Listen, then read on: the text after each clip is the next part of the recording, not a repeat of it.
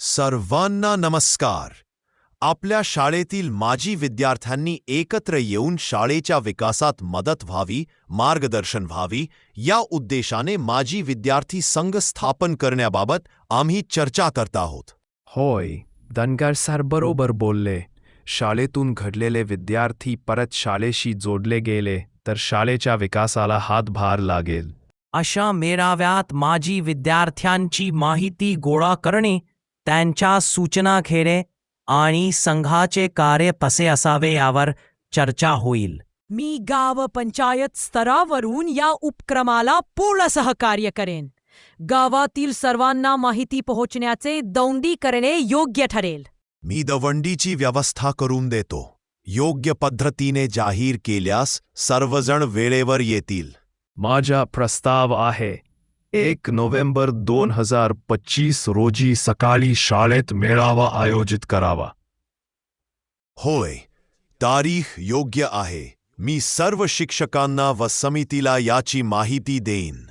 मग तसे ठरले. मी आजच गावात दवंडी करण्यास सांगते. एका डोमगाव ग्रामपंचायतीकडून सर्वांना कळविण्यात येत आहे. जिल्हा परिषद प्राथमिक शाळा डोमगाव येथे एक विशेष माजी विद्यार्थी मेळावा आयोजित करण्यात आला आहे. दिनांक 1 नोव्हेंबर 2025. वेळ सकाळी 10 वाजता. ठिकाण शाळेचे प्रांगण डोमगाव. गावातील सर्व माजी विद्यार्थी, पालक आणि मान्यवर नागरिकांनी या मेळाव्यास उपस्थित राहावे.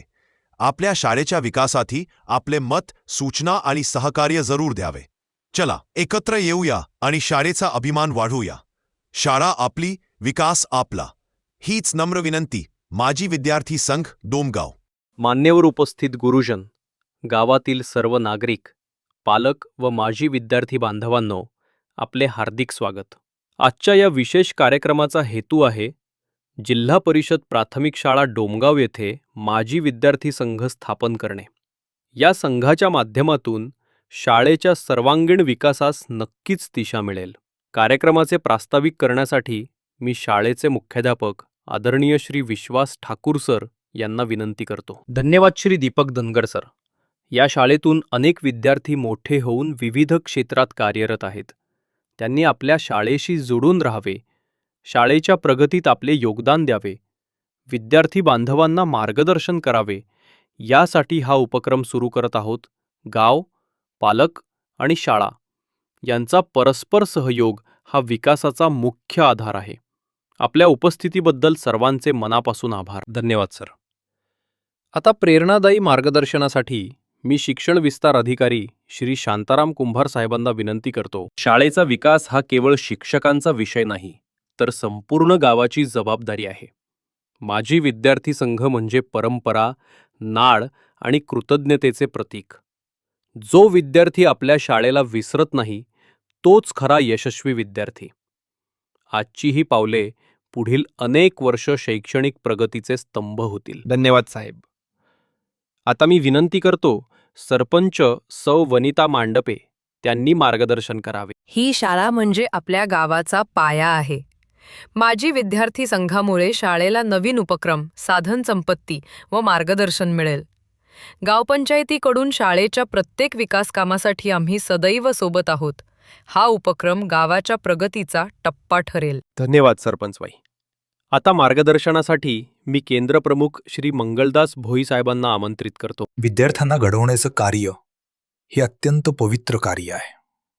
माजी विद्यार्थी परत शाळेशी जोडले गेले तर शाळेचं वातावरण अधिक सक्षम, प्रेरणादायी आणि प्रगत होईल. हा संघ जिवंत राहावा, सक्रिय राहावा, यासाठी आपण सर्व सहभागी व्हा. धन्यवाद सर. आता पालक वर्गातून प्रतिक्रिया ऐकूया. मी प्रथम स्त्री पालक प्रतिनिधींना विनंती करतो. माझ्या मुलांसाठी शाळेत चांगले बदल व्हावेत ही अपेक्षा आहे. माझी विद्यार्थी संघामुळे शाळेला नवीन मार्गदर्शन आणि आधार मिळेल. हा उपक्रम अत्यंत स्वागतार्ह आहे. धन्यवाद. आता पुरुष पालक प्रतिनिधी यांनी मनोगत व्यक्त करावे. या शाळेतून शिकलेली अनेक मुले आज चांगल्या पदांवर आहेत. त्यांनी शाळा व गावाला मदत करण्यासाठी पुढे आले पाहिजे. आजचा निर्णय अत्यंत योग्य वेळेचा आहे. धन्यवाद. आज रोजी उपस्थित सर्वांच्या संमतीने शाळेत माजी विद्यार्थी संघ स्थापन करण्यात येत आहे. आपण सर्वांनी सुचवलेल्यानुसार संघाचे अध्यक्ष श्री हिलाल सुरवाडे यांची एकमताने निवड करण्यात येत आहे. त्यांचे अभिनंदन करतो. आपण वेळात वेळ काढून या ठिकाणी उपस्थित झालात त्याबद्दल आपले आभार मानतो आणि आजचा कार्यक्रम या ठिकाणी संपला असे जाहीर करतो.